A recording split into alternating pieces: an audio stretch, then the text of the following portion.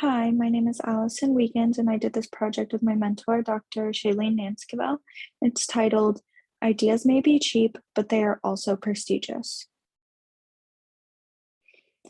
Previous research has shown a strong labor valuation effect where laborers are more likely to be viewed as owners of a project than someone who contributes ideas to them. So this begs the question, why bother to contribute ideas if you likely may not get to own the products of these contributions? One possible answer is that our contributions may be motivated by prestige. People likely view idea givers as having higher status or more prestige than laborers. So we are investigating this potential asymmetry in people's ownership and status attributions. We hypothesize that people will ascribe higher status to the person who gave the idea, but ownership to the person who did the labor to execute the idea. We also hypothesize that people would rather be the idea giver than the laborer because of the desire to hold that prestige. So 100 adults participated in a survey online where they read a story, and the story went, Artist W had an idea for a painting and told Artist X how to make it. Artist X made the painting.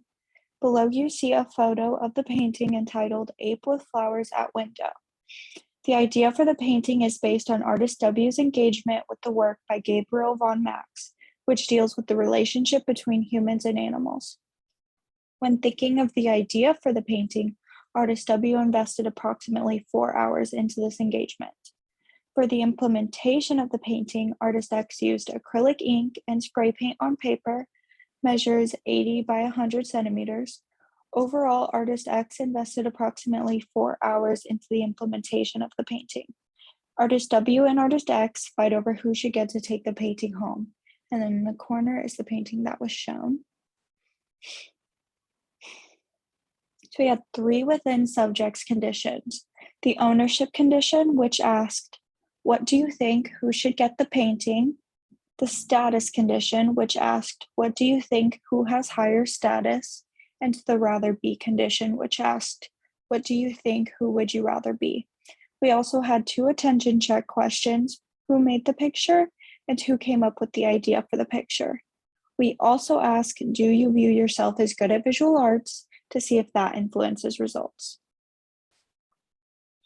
So this graph shows the proportion of people who selected labor for each of the conditions.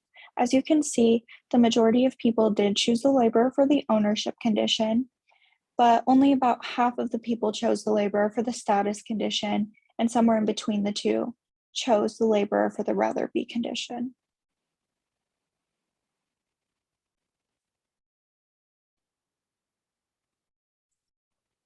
So when asked if they view themselves as good at visual arts, this actually did have an influence on the results. So people who said they did not view themselves as good at visual arts were more likely to pick the laborer as having higher status than the people who did view themselves as good at visual arts.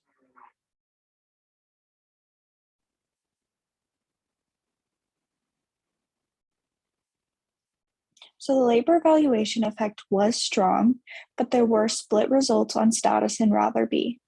Whether one views themselves as good at visual arts may influence this because of the idea of painting being a work that takes skill or talent. So trying this again with different questions and scales and more people could potentially help better understand this. Nonetheless, the findings support the idea that people's thinking about status and ownership are not influenced by the same factors. And that is everything. Thank you so much.